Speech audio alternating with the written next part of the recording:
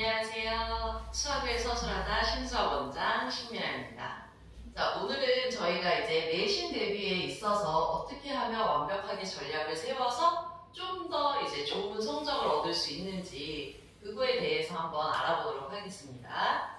자, 전교 1등하고 전교 2등하고 가장 큰 차이가 뭘까요?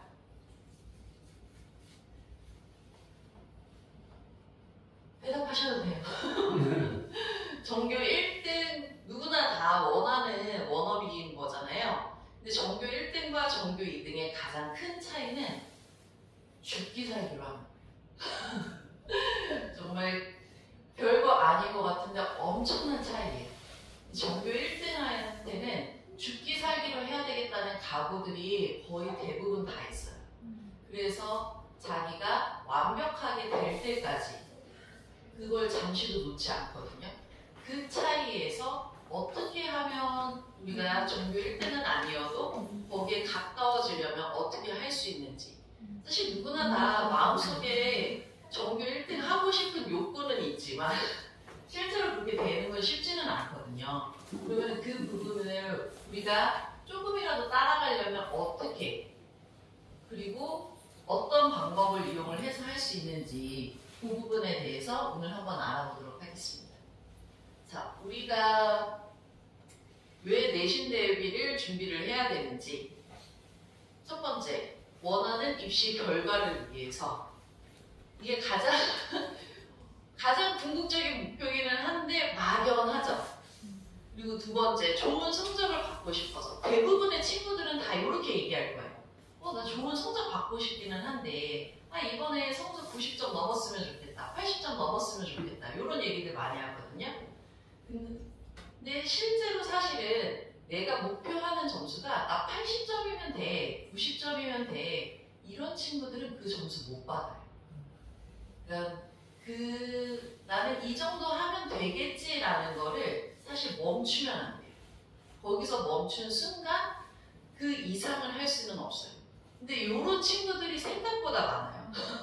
나 80점만 넣으면 되는데? 평균 90 넣으면 되잖아. 이게 뭐가 문제야? 라고 생각을 하지만 그 친구는 끝까지 도전을 하지 않겠다는 말이 사실 그 말 속에 내포되어 있는 거예요. 나 이 정도쯤 하면 되는데? 그런 친구들 치고 사실 끝까지 물고 늘어지는 그런 악바리 같은 습성? 그런 건 좀 떨어지죠. 그리고 가장 세 번째, 네 번째가 가장 많을걸요? 엄마가 하라고 하니까. 그지, 예준아? 네. 그쵸. 자, 그리고 그냥 남들 다 하니까. 남들 다 하면 중간고사 데뷔한다고 학원 가고, 공부하고, 앉아있고, 그리고 그냥 기말고사 준비해서 수행평가 내고 하니까는 나도 왠지 해야 될 것 같아서 이렇게 하는 친구들이 상당히 많거든요. 그리고 대부분의 친구들이 다 그냥 거의 3번, 4번의 이유예요. 그러니까 2번은 물론 받고 싶은 마음은 있지만 그것들을 표현하는 건 좀 적은 편이고, 대부분은 이제 엄마가 시켜서, 아니면 쟤 하니까 나도 해야지. 근데 사실 쟤 하니까 나도 해야지가 무시 못해요. 그게 만들어낸 게 바로 대치동 키즈들이거든요. 그 대치동 키즈들하고 일반 학군지가 아닌 곳의 차이는, 대치동 키즈들은 그 대치동 사이에서 계속해서 공부하고 앉아있는 게 익숙해져요. 그런 순간 쟤 학원 계속 뺑뺑이 돌고 있으니까 나도 학원 뺑뺑이 돌아야지 하면서 뺑뺑이 도는 사이에 본인이 몰랐던 잠재된 나의 공부 실력을 발휘할 수도 있어요. 생각해보니까 생각했던 것보다 이거 점수가 나오네? 이렇게 하면서 또 시작이 되는 친구들이 있어요. 그러니까 그 부분을 절대 그냥 간과하고 넘어가기에는 되게 쟤네 되게 스트레스만 받지 않을까? 안 그래요. 실제로는 그냥 자연스럽게 그냥 물 흐르듯이 국어 갔다가 영어 갔다가 수학 갔다가 자연스럽게 이렇게 하면서 앉아서 하는 도중에 본인도 모르게 몇 번 점수가 나오네? 학원에서 테스트 봤더니 점수가 나와? 나 이거 좀 잘하나? 대부분 다 그렇게 생각을 하거든요. 왜냐면 지금 친구들한테도 한번 물어보시면 단원평가, 초등학생들은 단원평가, 그리고 중고등학생들은 중간 기말고사 내신 대비를 어느 정도 본인들이 점수가 나오면 그 과목 잘한다고 생각해요. 나 이 과목 좀 잘하는데? 나는 문과 체제니까 영어 점수가 좀 나오네. 나는 문과 체제인가 봐. 수학, 과학이 생각보다 점수가 나오네. 나는 이과 체제인가 봐. 이렇게 생각을 하는 경우들이 있어요. 그것도 가능해요. 왜냐면 거기서부터 작은 씨앗이지만 거기서부터 시작을 하면서 아이들이 흥미를 갖기 시작하는 거예요. 그러면서 덧풀 책을 한 번 더 보고 그러면 내가 이걸 생각했던 것보다 좀 더 할 수 있구나. 이런 식으로 흘러갈 수도 있거든요. 저 그래서 그 부분도 무시 못한다고 생각합니다. 자, 그런데 이제 내신 대비를 성공으로 이끄는 세 가지를 꼽자면 사실 뚜렷한 목표 이것 또한 뒤에서 다시 한번 얘기하겠지만 막연한 목표는 의미가 없어요. 정확하고 뚜렷하고 구체적이어야지 우리가 뭘 할 건지 정할 수 있거든요. 그리고 치밀한 학습 계획. 그냥 막연한 계획은 한계가 있죠. 어떻게 해야 되는지도. 그리고 발빠른 행동력. 결국은 앉아서 엉덩이 힘을 기른 사람이 그때 발현될 수가 있어요. 자, 그럼 하나씩 구체적으로 다시 한번 얘기해 보겠습니다. 자, 우리가 목표 설정부터 저는 구체적이어야 된다고 항상 얘기를 하거든요. 대부분의 우리가 상위권, 최상위권, 극상위권이라고 얘기하는 친구들한테 한번 물어보세요. 너는 미래에 뭘 하고 싶니? 너는 어느 학교를 가고 싶어? 그거를 물어봤을 때 없었던 친구가 없어요, 저는. 제가 물어봤을 때 너 나중에 뭐 하고 싶어? 이렇게 물어보면 선생님 저는 그 외고를 가서 조금 국제 관련한 부분에서 전공을 해서 대학으로 이런 식으로 가고 싶어요 라고 그런 목표 설정이 명확해요. 그렇게 하면서 심지어는 저는 선생님 유엔이나 뭐 이런 쪽에서 좀 활동을 하다가 변호사로 이렇게 하고 싶기도 하다 뭐 이렇게 국제사회에서 이런 활동도 하고 싶다라고 얘기하는 친구들도 있거든요. 그게 명확한 친구와 명확하지 않은 친구는 이게 시작부터 사실은 달라요. 왜냐면 내가 원하는 직업, 거기에 자연스럽게 원하는 전공이 생기겠죠.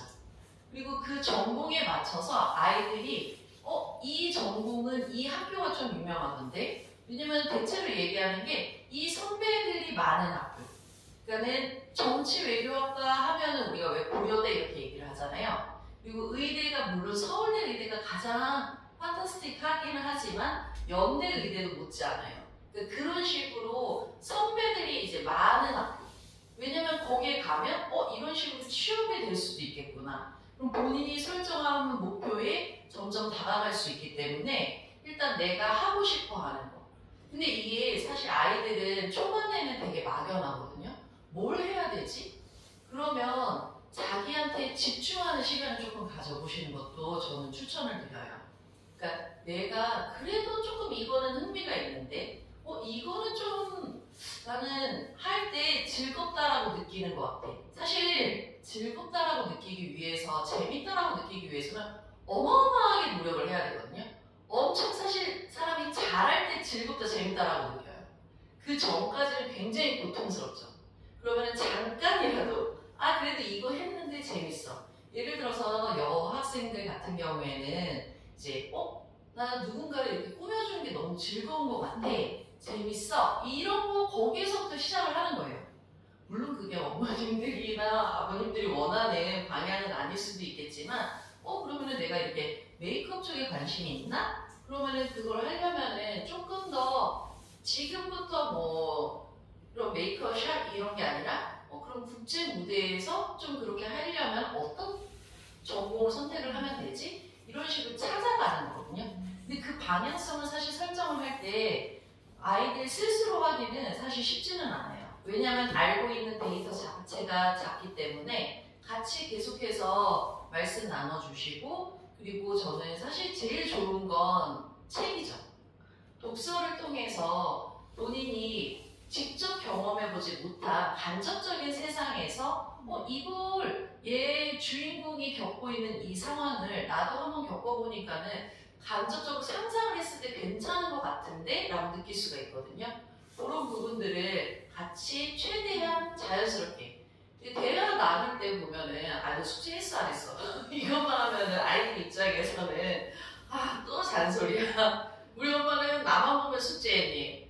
나만 보면은 뭐 했냐고 자꾸 물어봐. 이렇게 할 수 있으니까 그런 식으로 대화를 풀어가시는 것도 저는 좋을 것 같아요. 그렇게 하면서 그게 명확한 친구들이 구체적인 성적을 설정해요. 왜냐면 난 이번 시험에서 무조건 이걸 받아야지 내가 원하는 학교, 전공, 미래 그 직업을 선택을 할 수가 있어. 그렇기 때문에 지금의 잠깐 힘든 거는 참고 넘어갈 수 있어요.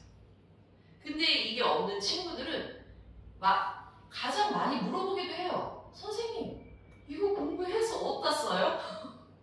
선생님, 이거 더하기, 빼기, 곱하기, 나누기 그냥 적당히 하면 되고 계산기가 다 해주는데 수학 공부 왜 해요? 이렇게 물어보는 친구들이 꼭 있어요.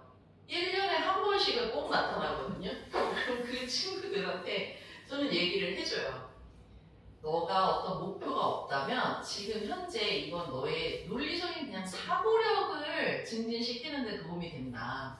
근데 사실 거기에서 끝나면 안 되고 내가 이거를 해서 어떤 이 효과가 발휘가 되는지 그것까지도 사실 염두를 하면서 이제 공부를 하면 좀 덜 힘들고 덜 지치고 그리고 오래 갈 수가 있어요. 그래서 그 부분을 단순히 지금 엄마가 나 시키니까 숙제해야 돼? 엄마가 시켜서 이제 이거 시험 좀 잘 봐야 돼? 여기서 끝나는 게 아니라 내가 이러한 생활 습관이나 생활 패턴을 가지고 조금씩 하면서 어떻게 나의 미래가 바뀔 수 있는지. 사실 미래가 바뀌는 거나 저희가 일을 할 때도 마찬가지예요. 굉장히 작은 디테일 하나가 다른 거지 대부분은 다 비슷하거든요.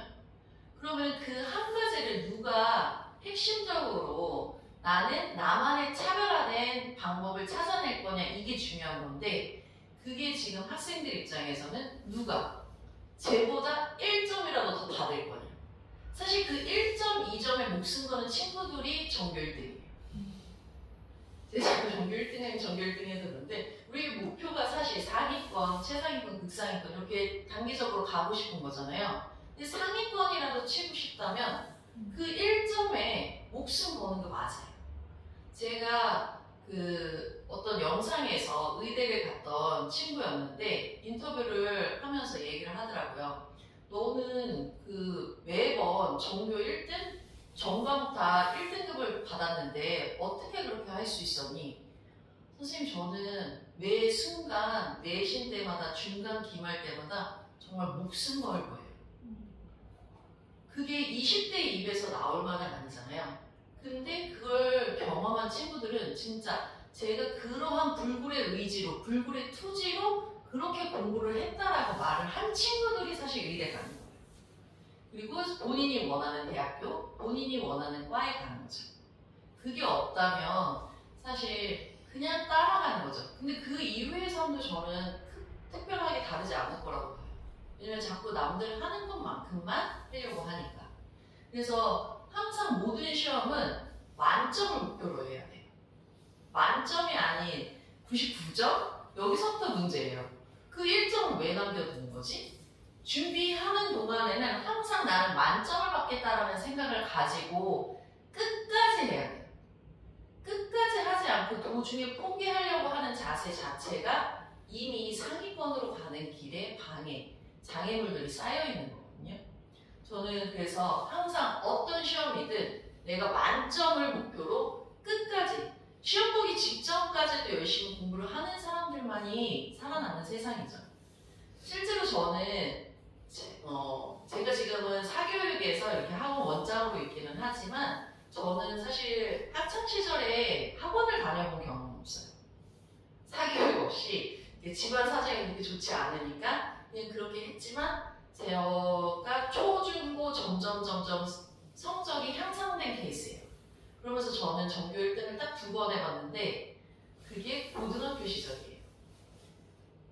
그러니까 정말 습관적으로 꾸준히 공부를 학습을 하다 보니까 자연스럽게 성적이 향상이 되고 그게 어느 순간 저를 이제 자극을 시키는 거죠. 욕심난다. 전교 1등 하면서 그렇게 했던 건데, 사실 제가 전교 1등을 받던 그 순간들에 물론 그 전까지도 여러 가지 학습법에 의해서 움직였기는 했지만, 특히 그 받을 때는 그 1교시 시험 보고 2교시 사이에 쉬는 시간이 있어요. 근데 그때 친구들이 가장 많이 하는 게 뭔지 아세요? 정답 맞추는 거? 네, 맞아요. 2교시 시험이 있는데 1교시 시험 끝나자마자 시험지를 갖고, 야, 너 몇 번이라고 했어? 너 몇 번이라고 했어? 하면서 계속 정답 체크를 해요. 가장 쓸데없는 짓이에요. 이미 끝난 시험이잖아요. 저는 그러면 딱딱 4등분 해서 접어서 가방에 넣어놓고 바로 그 다음 책을 핍니다. 그 다음 책을 피면서 내가 놓쳤던 부분 다시 한번 마지막 10분에 보는 게 또 엄청난 효과가 있어요. 그 10분이 그냥 무시하고 넘어갔다가는 큰 코 다쳐요. 그 잠깐의 순간에도 이미 끝난 시험은 끝난 거예요. 준비할 때까지는 끝까지 만점을 향해서 목숨 걸고 하는 거지만, 끝났으면 바로 접고 그 다음을 준비해야죠. 그 다음 시험에 내가 어떻게 준비를 했는지, 그리고 놓친 부분은 없는지 마지막까지 그 긴장의 끈을 놓으면 안 돼요. 저는 일단 그래서 끝까지 항상 만점을 기준으로 목표를 잡고 했으면 좋겠다라고 말씀드리고요. 그러면서 사실 이제 제가 계속 강조하고 있지만 전교 1등 극상위권 또는 이제 초일류라고도 하죠. 이 사람들이 이것 꼭 저만이 그런 건 아니라요. 모든 극상위권 서울대를 간 학생들의 대부분이 내신 대비 학습 계획표로 월간, 주간, 1일, 시간별 계획을 세워요. 자, 이게 어떤 의미냐면, 우리가 내신 대비는 대략 4주 정도를, 4주에서 길게는 6주, 너무 이제 불안도가 높은 친구들 같은 경우는 8주 이렇게 잡는 경우들이 있거든요. 그러면 그 4주, 일반적인 기준에서 4주에서 6주라고 생각을 하시면은 한 달에서 한 달 반이잖아요. 그럼 나는 한 달에서 한 달 반 동안 어떻게 공부를 할 건지 내신에 구체적인, 그러니까 대략적인 거죠. 나는 이 내신에서 어떤 성적을 받고 싶은지를 먼저 설정을 합니다. 그러면 내가 이 내신 범위가 사실 정해져 있어요. 학교들은 그리고 패턴이 있기 때문에 내가 1학기 범위가 1단원에서 2단원까지였으면은 그 중간고사 범위가 크게 다르지 않아요. 그럼 그 다음에도 거의 디테일한 한두 장 빼고는 다 비슷해요. 그러면 그 기존에 대략 저는 한 3개년 정도를 추천을 드려요. 그러니까 3년 정도 우리 학교, 내가 간 중학교, 고등학교에서 3년 정도 이렇게 어떻게 시험 문제가 나왔는지 그 범위들을 보고서는 그러면 나는 한 달 반 동안에 과목별로 여기까지는 끝내야 되는 거구나. 그거를 확실하게 잡고 시작을 해야 돼요. 그렇게 해서 월간 계획을 세우면 그 맞춰서 주간 계획이 들어가야 돼요. 주차별로 그러면 어떻게 공부할 거냐. 제 경우에는 저는 만약에 이렇게 1, 2, 3, 4주차, 5주차가 있어요. 그럼 제가 시험을 보는 기간이 6주차라고 생각을 하시면 저는 1, 2주차에는 국영수 위주로 집중적으로 해요. 그 주요 과목이라고 하죠. 근데 실제로 요즘에는 사실 국영수에서 4과 정도 과목이 기말고사라고 해도 7, 8과목을 넘어가지 않아요. 고등학생들도. 그러니까 과목이 그렇게 많지 않기 때문에 그 부분을 나눠서 보시면 1, 2주에는 국영수를 반드시 끝내겠다는 생각으로 이렇게 집중적으로 해요. 자, 그리고 3주차에는 그 외에 기타 과목들 있잖아요. 요즘에는 사회과학, 근데 중학생들은 아직까지도 간혹 학기마다 기술 과정이나 뭐 다른 과목들을 같이 보거든요. 그럼 이때는 이제 기타 과목을 정리를 하는 시기로 잡습니다. 그리고 마지막 그 전주에 요 4주차에는 전체적으로 한 번씩 다시 피드백, 전체적으로 다시 한번 돌아가는 전체 과목에 대해서 한 번씩 정리가 되어 있는지 보는 기간을 잡아요. 그리고 마지막 5주차. 대부분의 시험 기간이 3일에서 4일 정도 돼요. 내가 만약에 월요일, 화요일, 수요일, 목요일 이렇게 4일 시험을 본다면 전 여기서부터 정말 구체적으로 정하는데요. 일요일에는 월요일 과목을 공부해요. 그리고 토요일에는, 그러니까 여기 거꾸로죠. 여기 일요일, 토요일 이렇게 쓰면 이 일요일에는 월요일 과목을 공부하고 토요일에는 화요일 과목을 공부해요. 그리고 금요일에는 수요일, 그리고 목요일에는 금요일, 목요일 하면은 그 전 거. 이런 식으로 두 번의 패턴을 봐요. 왜냐면 내가 시험 보는 이미 시험 과목이 시험 시간표가 나와 있으면 그거에 맞춰서 나의 신체 리듬을 바꾸는 것도 생각보다 중요해요. 그러니까 막연하게. 그리고 아이들이 대부분 보면은 공부를 할 때, 나 오늘 기분이 수학을 공부할 필이야. 나 오늘 기분이 딱 국어야. 하다가 안 되면, 못하겠다. 힘들다. 이렇게 하면 갑자기 핸드폰을 막 꺼내기 시작하거든요. 아니면, 졸린데? 졸리고. 근데 그렇게 하면은 사실 누가 봐도, 누가 들어도 효과가 떨어지잖아요. 그 마지막 주에는 그리고 나의 신체 리듬이나 학습적인 부분을 이렇게 정리를 했을 때 제가 봤을 때는 가장 효율이 높더라고요.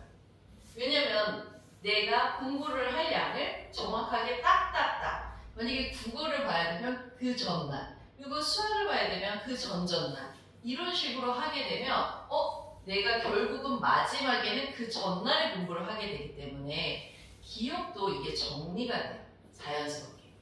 그래서 이렇게 주간 계획을 세워놓는 작업을 조금 해주시는 것도 반드시 사실은 해야 돼요. 그렇게 하고 거기에 이제 1일 계획. 그러면 난 오늘 공부를 어떻게 할 건지, 어떤 과목을 해야 될 건지가 이제 주간 계획을 세우면서 조금 더 디테일하게 국어 몇 시간, 수학 몇 시간, 영어 몇 시간 이렇게 내포가 돼요. 그렇게 분배를 해주시고 거기에 하루에 공부를 시작하기 전에 시간별 계획을 세웁니다. 시간 단위마다 그러면 이 시간에 나는 어떤 공부를 어디까지, 몇 페이지까지 끝낼 건지 구체적으로 들어가요. 근데 이게 생각해보면 무슨 월간, 주간, 1일 시간 계획까지 하면은 계획만 세우다 끝나는 거 아니야? 이렇게 생각하실 수가 있는데 생각보다 이거 여러 번 하다 보면 굉장히 빨라져요. 그리고 이게 이미 한 번, 두 번 이제 패턴대로 돌다 보면은 나는 이렇게 공부를 하는 스타일이구나 하면서 자연스럽게 탁탁탁탁 이게 나와요. 근데 물론 이게 디테일한 차이는 사람마다 조금씩 다를 수가 있어요.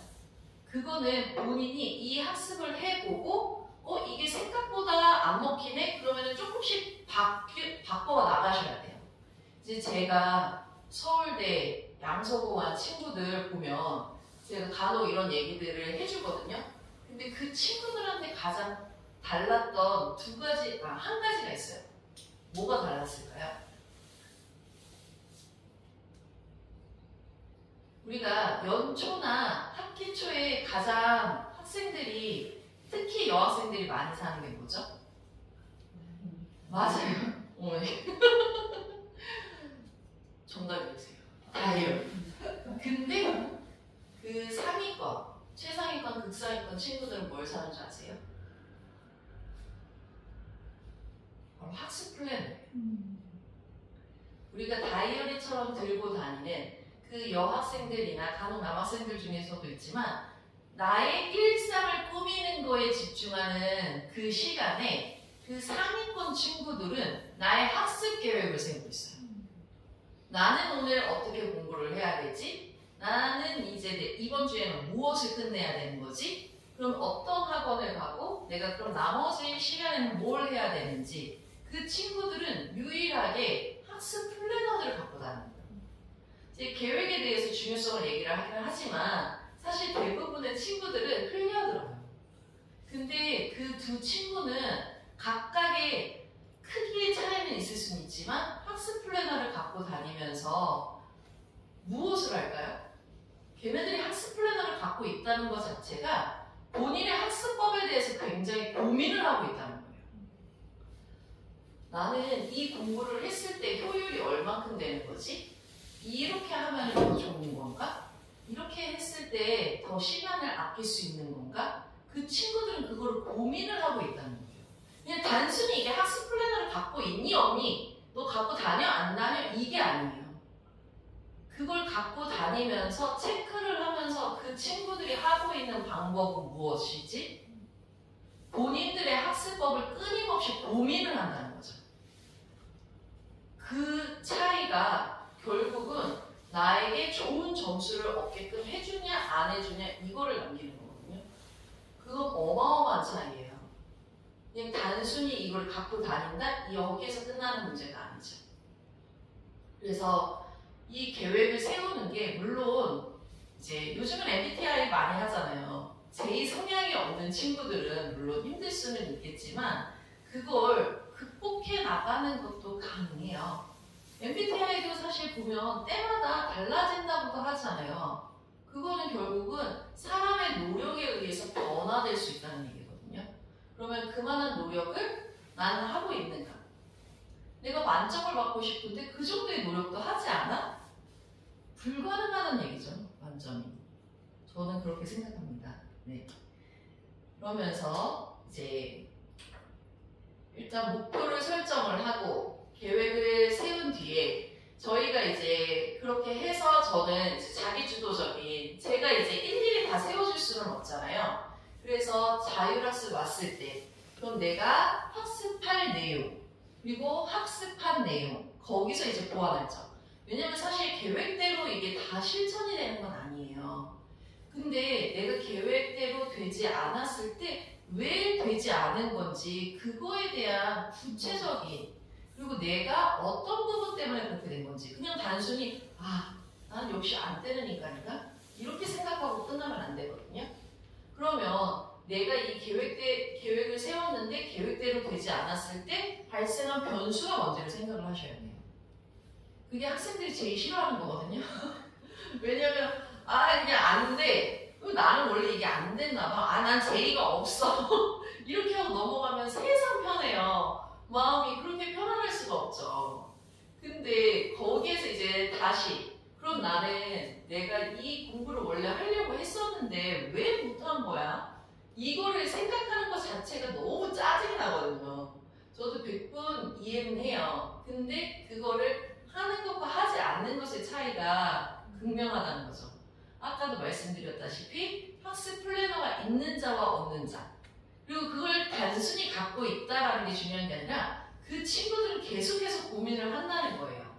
본인의 학습법 어떻게 하면 같은 시간에 고효율을 낼 수 있는가 그게 다른 거예요.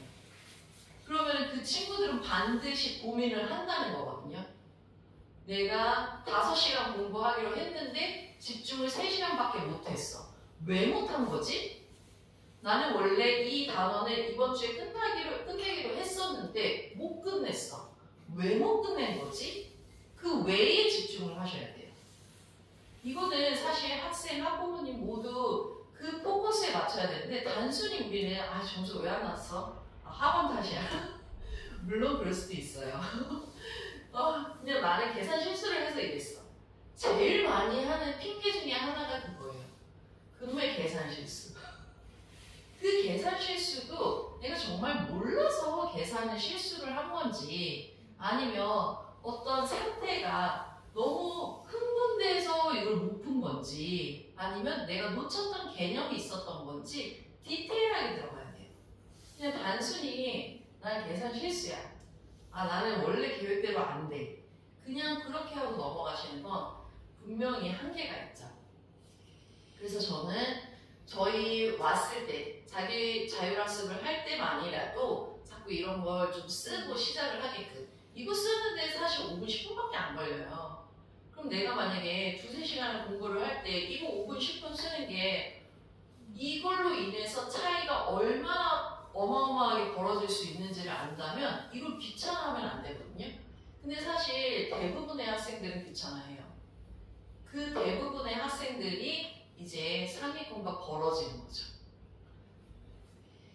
그렇게 하면서 저는 저희가 이제 포스트잇 오답 노트를 계속 활용을 하고 있어요. 저기에도 보시다시피 내신 대비를 하면서 계속해서 친구들이 테스트 보고 이제 문제에서 주어진 조건, 구해야 되는 거, 적용된 개념, 내가 틀린 이유 집중적으로 이제 봐라라고 얘기를 하는데 여기에 한 가지 더 꿀팁을 제가 드리자면 포스트잇을 활용을 해서 당일 복습법을 한번 시도해 보시는 연습을 조금 아이들과 함께 해보시는 걸 추천드려요. 이거를 하는 방법은 그렇게 어렵지 않아요. 아이들한테 매일 가장 많이 하는 얘기가 사실 예습 복습 철저히 하자 이거잖아요. 공부의 가장 기본은 사실 예습 복습이기는 해요. 근데 예습보다도 더 중요한 게 복습이에요. 자, 그 복습이 왜 중요하냐? 저희들이 알고 있다시피 그 에빙하우스의 망각 복습. 사람은 망각을 할 수밖에 없어요. 듣고 나서 까먹는 거 이해해요. 저는 충분히 이해해요. 듣고 까먹고. 근데 그 까먹는 순간들이 있잖아요. 그 까먹는 순간들을 미리 알고 있다면 복습을 하면 됩니다. 그 복습을 할 때 아까 제가 앞에 이 부분 당일 복습법 이거 가볍게 시작하시면 돼요. 그냥 포스트잇 저희도 많이 구비되어 있고 그냥 편하게 다 구비하실 수 있잖아요. 그럼 포스트잇을 아이가 이제 학교하고 오면은 앉혀놓고 딱 꺼내세요. 그리고 오늘 배웠던 과목 그리고 과목을 한번 일단 과목부터 먼저 쭉 적어보라고 하세요. 그리고 그 과목에서 뭘 배웠는지 왜냐면 선생님이 하루에 1시간 안에 어마어마한 내용을 가르치시진 않거든요. 그리고 학교 수업의 특징이 사실 진도를 많이 나가지 않아요. 거의 대부분 한두 장 거기서 좀 더 나갈 수도 있지만 얘기하시고자 하는 메인 테마는 반드시 하나예요. 그게 사실 기본이기도 하고요. 그러면은 나 오늘 국어에서는 이거 배웠어. 그리고 수학에서는 이거 배웠어. 영어에서는 요거 배웠어. 그렇게 간단하게 그냥 제목만 적어보시는 거예요. 그거를 아이들이 직접 많이 적으라고 하면 애들 짜증내요. 그래서 이게 반드시 5분, 10분을 넘어가지 않게끔 해주시는 게 가장 좋아요. 그렇게 해야지 또 유지가 되거든요. 그러면 내가 포스트잇을 딱 펼쳐놓고 나 오늘 국어 배웠어. 거기에서 뭐 배웠던 것 같아? 영어 뭐 배웠어? 이렇게 해서 간단하게 하루에 배웠던 내용들을 정리를 해놓는 거죠. 이게 어느 정도 하다 보면 사실 이런 학습이 그 망각국설에서도 벌어지다시피 거의 한 달 정도 하면 그리고 제가 학보다는 습관이 잘 들어있어야지 사실 이게 공부는 잘하고 못하고가 갈리거든요. 근데 습관을 들이는데 딱 시간이 60일 정도 걸린다고 합니다. 그러면 그렇게 포스트잇에 간단히 적어보는 걸 한두 달 정도 하시면서 이게 조금 되네 싶으면 거기에 조금씩 더 추가를 하시는 거예요. 국어에서 내가 문법을 배웠는데 그 문법에서 내가 이 부분은 좀 이해가 안 되더라. 이 부분은 좀 내가 가장 극명하게 생각이 나더라. 그리고 이렇게 했던 거를 그리고 월요일부터 금요일까지 갔던 부분을 하나 더 추가를 하면 주말에 그럼 한 주간 내가 월요일부터 금요일까지 썼던 걸 쭉 펼쳐놓으시고 여기에서 내가 이 부분을 조금 더 정리를 할 필요가 있는 것 같아. 이건 이미 까먹은 것 같아. 그런 거를 다시 한번 되새기는 시간을 가져보시는 거죠. 그걸 하면서 이제 자연스럽게 우리의 망각을 조금은 늦출 수가 있어요. 실제로 저는 제가 이제 뒤에서 다시 한번 말씀드리겠지만 이제 교과서, 자습서, 평가 문제 이렇게 되어 있는데 여기 하나 더 추가하자면 각각의 과목별 노트. 제 경우에는 사실 포스트잇보다는 저는 학기 시작을 하면 한 과목에 각 2권씩의 노트를 다 마련을 해놨어요. 처음에. 그러면 그 2권의 의미는 뭐냐? 한 권은 수업 시간에 열심히 필기를 하는 거예요. 근데 필기에 선생님 말하는 것까지 다 적다 보면은 글씨가 세발되는 건 어쩔 수가 없어요. 그럼 그거를 한 번을 쭉 쓰고 그걸 그대로 사실 제 경우는 시간이 많았다 보니까는 집에 가면 그럼 그 필기한 노트를 토대로 다시 정리를 하면서 한 번 더 복습을 하는 거죠. 그렇게 해서 저는 사실 매 학기가 시작될 때마다 세팅을 했던 게 과목별 노트를 2권씩 각각 세팅을 해요. 그렇게 해서 평소에 필기했던 거. 학교에서 필기한 거는 개발 세발 되니까는 기분이 상해요. 저도 약간 완벽주의 성향이 있어서 그걸 계속 보고 싶지는 않거든요. 그러면 그걸 집에 와서 그날 과목별로 다시 한번 필기를 정리를 해요. 그럼 이렇게 해서 아까 제가 왜 처음에 1, 2주차에는 국영수, 3주차에는 기타 과목 한다고 했잖아요. 그러면 사실 이 노트를 다시 한 번 더 정리를 해요. 근데 그때는 어디에다 하냐? A4 용지예요. A4 용지 딱 있잖아요. 그거 딱 반 접어요. 그러면은 이쪽 4분면이 생기잖아요. 거기에다가 이거 내가 토대로 해서 뭘 정리를 하면 좋을지 시험 범위에 해당하는 내용들을 다시 한번 정리를 해요. 그리고 그렇게 정리했던 거를 직전날 활용을 하는 거예요. 직전날 난 이것만 하면 끝나. 근데 그 전에 한 번 더 작업이 필요해요. 사실 이거를 저희가 단권화 작업이라고 해서 예전에 저희 지금 이제 어머님, 아버님 세대에서는 많이들 하셨을 거예요.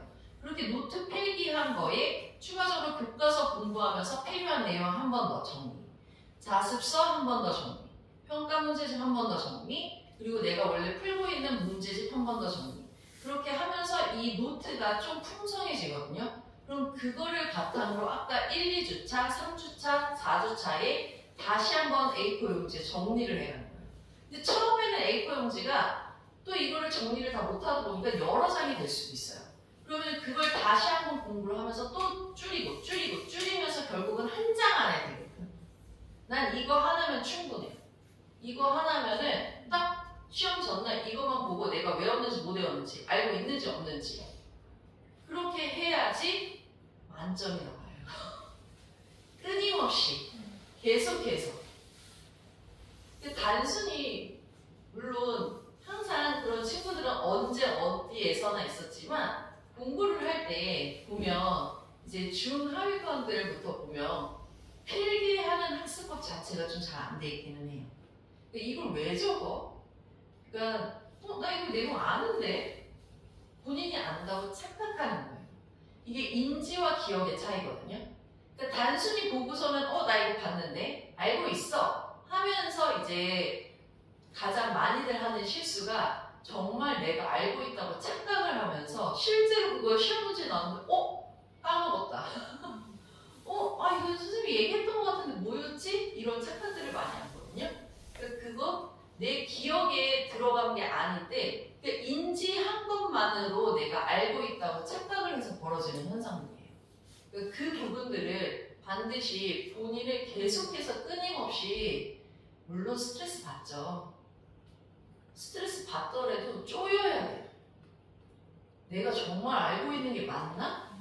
그거를 정말 내가 백지에서도 쓸 수 있을 정도로 해야지 그래야지 사실 만점 나오는 거고 그래야지 정규 1등 되는 거예요. 되게 쉽게 정규 1등 절대 안 나오죠.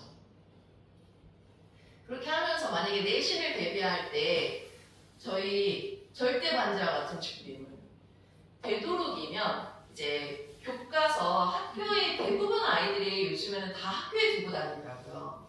초등학생들도 그렇게 하는 경우들을 제가 많이 봐가지고 금액적으로 부담되지는 않으실 테니까는 이제 교과서, 자습서, 평가 문제집은 저는 학교 초에 반드시 세팅을 해두시라고 조금 추천을 드려요. 그래서 학교에서는 학교에서대로 하고 교과서가 집에 있다면 사실 아까 그 단일 복습법 할 때 그 과목별로 처음에는 아이들이 부담스러우니까 제목만 쓰잖아요. 근데 여기서 조금 더 욕심이 난다. 그러면 그 당일 복습법 할 때 그 과목과 내가 배웠던 책에서 아이들이 그냥 아무 생각 없이 얘기를 하는 거 같고 구체적으로 책을 펼쳐서 나 이 내용을 배웠어 하고 적는 거는 또 달라요. 그런 식으로 조금씩 단계적으로 구체화를 시켜가는 거죠. 그리고 실제로 이제 학문지나 사실 특목 자사고 같은 경우에는 교과서보다 부교재가 엄청나요. 그 부교재에 따라서 이제 이 학교의 급이 달라지거든요. 부교재가 이제 얼만큼 있느냐 없느냐. 근데 외고를 다니는 친구 중에 대부분의 친구들은 부교재도 2권씩 갖고 있다고 하더라고요. 그래서 왜 갖고 있니? 라고 했더니 예를 들어서 영어 같은 경우에 암기 과목의 대표적인 선두주자죠. 자, 물론 아닐 수도 있지만 내신은 사실 영어는 거의 암기예요. 그러면은 근데 그 친구들이 교과서뿐만 아니라 부교재도 그렇게 2권씩 갖고 있으면서 한 권을 얘를 공부를 할 때 자기가 외운 거는 화이트로 쫙쫙 지우면 돼요. 아, 이거 내가 외웠어. 이 구문은 나 외웠어. 그러면은 쫙쫙쫙쫙 다 지웠어요. 그러면은 이 책이 시험 기간에 어떻게 돼 있어요? 다 비어 있잖아요. 쓸 수가 없어요. 그러면은 어떻게 해야 돼요? 원래 처음에 구비했던 다른 새 책에 한 권이 있잖아요. 그럼 그걸 가지고 다시 마무리를 하는 거예요. 그런 다양한 학습법들이 있습니다. 그거를 스스로 찾아가야 되는데 사실 쉽지 않아요. 그리고 그런 학습법에 대해서 고민을 하지 않고 그냥 학교 갔다가 학원 갔다가 선생님이 숙제 내줬네 숙제하고 그냥 그렇게 하다 보면 끝나요. 그거는 학습법 내가 어떻게 하면 이 시간을 최대의 효율을 낼 수 있느냐 이거를 찾는 게 아니라 그냥 하는 거거든요. 그냥 정말 그냥 물 흐르듯이 따라가기는 하지만 사실 효과는 없어요. 그게 효과가 있는 거는 몇 프로가 안 돼요. 그럼 정말 최고의 효과를 보시려면 계속해서 이 방법이 좋은지 저 방법이 좋은지 다양하게 그 디테일한 1분 1초도 낭비하시면 안 돼요. 그 1분 1초에서도 점수는 갈릴 수가 있어요. 그래서 그런 부분들을 같이 고민을 하고 이 친구가 단순히 이번에 성적이 안 나왔으니까 학원을 이렇게 바꿔보자 이게 아니라 그럼 거기에서 공부를 할 때 어떤 부분이 너가 아까 제가 받아들이는 그 차이, 그 학습법의 어떤 부분이 잘못된 건지를 반드시 같이 고민을 하셔야 돼요. 그리고 그 부분이 굉장히 디테일한 하나까지도 조금씩 바꿔가면서 한 번에 바꾸면 사실 쉽지 않아요. 근데 요번에는 이렇게 한번 바꿔서 시험을 보고 다음에는 이렇게 한번 바꿔서 시험을 보고 이걸 계속 하면서 찾아가는 거죠. 그게 평소에 우리가 테스트 볼 때도 그런 자세로 임하는 친구와 아닌 친구가 달라요. 그러니까 단순히 그냥 너무 제가 사실 저는 가볍게 보라고 얘기는 하기는 해요. 왜냐면 대부분의 친구가 극상위권이 아니에요. 이 친구들에게 야, 너 이거 무조건 만점 받아야 돼 이렇게 계속 여기 학원에서 테스트 보라고 그러면 이게 미쳐 돌아가요. 너무 힘들거든요. 가볍게 보라고는 하지만 내가 정말 극상위권을 노린다. 난 최상위권, 난 상위권을 노린다. 라고 하면 이 테스트 하나에서 내가 왜 시간 내에 못 푼 거지? 내가 왜 이걸 틀린 거지? 어떤 부분이 잘못된 거지? 무엇을 몰랐던 건가? 그거에 대해서 하나씩 체크를 하실 필요가 있어요. 그 부분들이 이제 자연스럽게 익숙해지면서 그러면은 요걸 조금씩 바꿔보고 이렇게 변화되는 그 노력이 아마 그 친구를 상위권으로 인도해주지 않을까 싶습니다. 자, 그러면서 저는 이렇게 3가지는 반드시 세팅하라고 말씀드려요. 그리고 요거는 그 서울대 간 친구나 양서구 간 친구나 정말 가차없이 준비해요. 그리고 그 친구들이 내신을 대비하면서 가장 먼저 한 게 교과서, 자습서, 평가 문제집부터 하나씩 끝내는 거예요. 다른 걸 먼저 보는 게 아니에요. 막연하게 물론 평소에 공부할 때는 문제집 다양하게 풀죠. 특히 제가 시키는 거 외에도 그 친구들은 과목별로 다른 문제집을 더 추가로 해요. 근데 희한하죠? 학원 숙제도 안 해오는 친구들이 태반인데 그 친구들은 어떻게 시간이 그렇게 남아도는 건지 똑같이 24시간이 아닌 것처럼 같은 숙제를 내줬는데 극상위권 친구들은 그 숙제 플러스 알파를 더해요. 심지어 수행평가 기간이라고 중하위권들은 선생님 오늘 이거 수행평가에서 너무 바빠요. 못 가겠어요. 저는 극상위권이 그렇게 얘기하는 경우를 한 번도 본 적이 없어요. 그 친구들은 똑같은 24시간이 아닌가요? 똑같이 주어지는 하루예요. 근데 그 친구들은 언제 수행평가하냐? 매일매일 학습을 진행을 하면서 그 남는 시간에 준비를 하는 거죠. 그게 달라요. 그 학습 플래너부터 시작해서 공부를 어떻게 나눠서 하는지가 이미 다른 거죠. 근데 그게 이미 다르다고 해서 못할 게 아니에요. 할 수 있어요. 충분히 할 수 있는데 자꾸 난 안 되나? 이렇게 생각하는 친구들이 좀 많은 편이라서 그거를 한 번은 도전을 하고 사실 그 친구들도 끊임없이 시행착오를 겪는 거예요. 그 친구들이라고 이게 처음에 이거 하자마자 다 100점 받고 만점 받고 이게 아니잖아요. 근데 그 친구들의 하고 다른 친구들의 차이는 이거를 해서 안 되면 이걸 다른 방법을 써보자. 다른 방법을 써보자. 시행착오를 겪어가면서 본인에게 맞는 방법을 최적화시키는 거죠. 내 몸도 계획도 학습법도. 그게 달라요. 그렇게 하면서 평소에는 어마어마한 양을 풀고 나중에 내신 기간에는 교과서부터 하나씩 잡아가는 거예요. 가장 기본이 교과서예요. 내신은 물론 수능은 또 다르게 접근을 해야 되지만 시험마다 접근하는 방법이 달라요. 왜냐면 출제하는 사람이 다르잖아요. 출제자의 의도를 파악하면서 접근을 해가야 되는데 내신의 가장 출제자 학교 선생님들이시잖아요. 학교 선생님은 무조건 교과서부터 시작을 하셔야 돼요. 교과서, 자습서, 거기에 평가 문제집. 그리고 간혹 이런 경우도 있어요. 선생님 이렇게 가봤더니 교무실에 그 영어 선생님 책상에 이 문제집이 꽂혀 있더라고요. 하면서 그 문제집들을 기억을 했다가 그대로 사서 평소에 그 문제를 푸는 친구들도 있어요. 얼마나 디테일한가요? 집요하죠. 근데 그렇게 집요한 친구가 한 문제, 사실 내신에서 20문제에서 25문제 정도 되거든요. 그러면은 거기에서 모든 문제가 다 어렵지 않아요. 한두 문제 딱 변별력 가리려고 어려운데 이 한두 문제를 그 선생님이 갖고 있는 그 외의 문제집으로 나올 수도 있어요. 실제로도 그런 경우가 많아요. 저희들이 이제 오답 분석을 하면서 어떤 출제 경향이나 이런 걸 할 때 간혹 이거 어디서 봤던 문제집 어떤 문제였는데 뭐지? 어떤 문제집이었지? 했는데 사실 그럴 때 살짝 사진을 찍어요. 저희 유명한 애기 있죠. 판다라고. 근데 그걸 찍으면 나와요. 이 문제집에 있었다.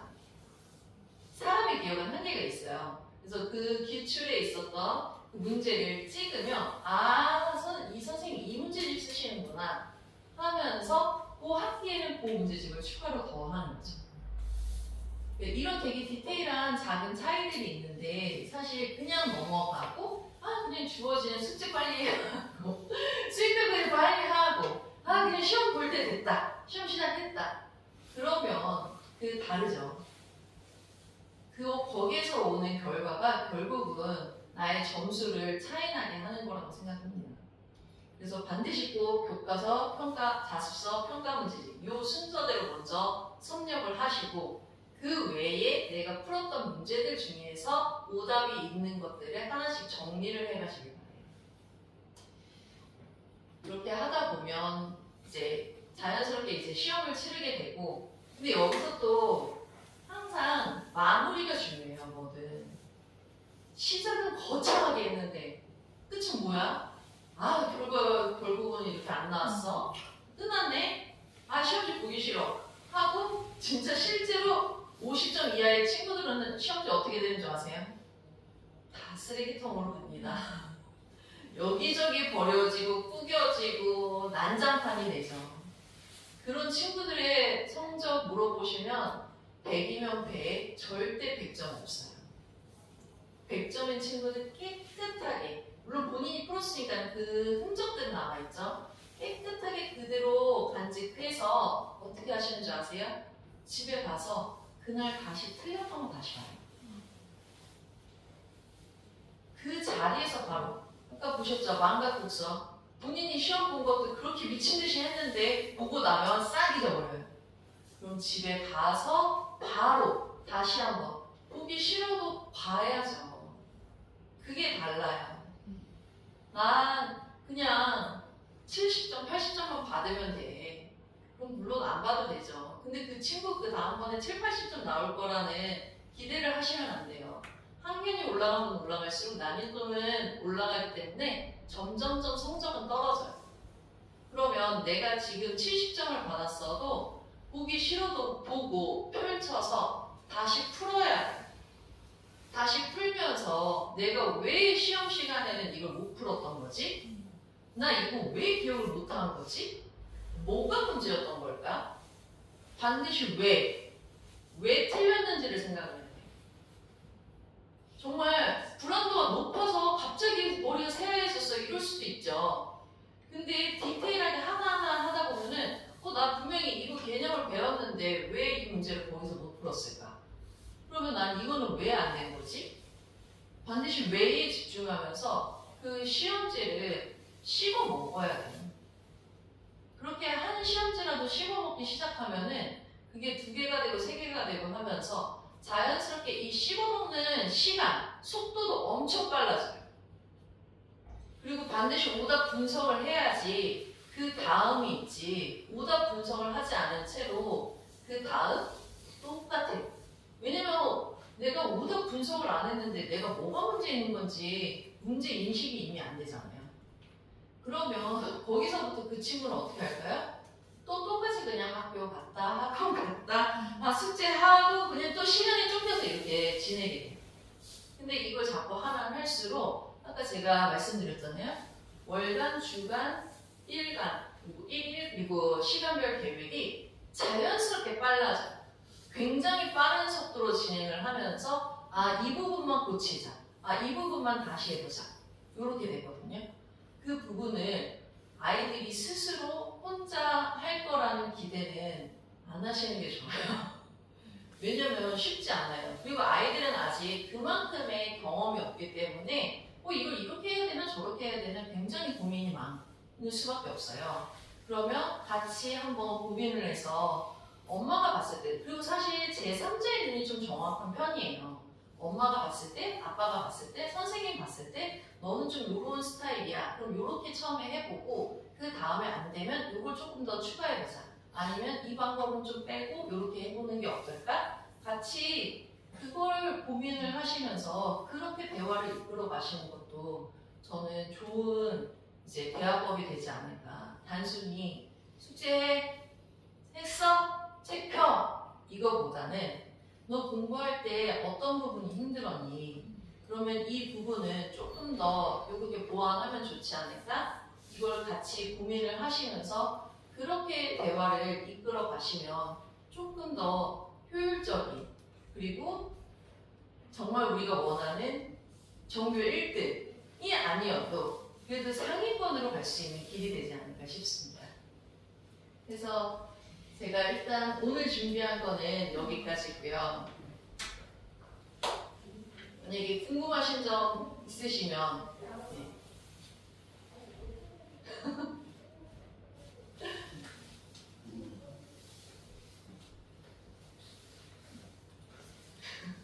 사실 이거는 계속 하면서 시행착오를 겪어가는 게 가장 베스트예요.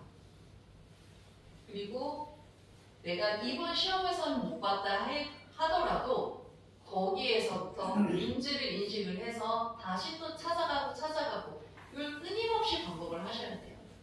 근데 이 과정은 저는 꼭 학생들만이 아니라 성인들도 그렇잖아요. 어떤 일이 생기거나 문제가 생겼을 때 그냥 이게 너무 힘들다 하는 게 아니라 그럼 여기서 뭐가 잘못된 건지 그걸 끊임없이 계속 고민을 하고 또 하다 보면 같이 성장을 하지 않을까 싶습니다. 그러면 오늘 너무 감사드리고 저희 이제 잠시 쉬었다가 2부 진행하도록 하겠습니다. 잠시 선생님 저희 그 설문지 하나 샀어요.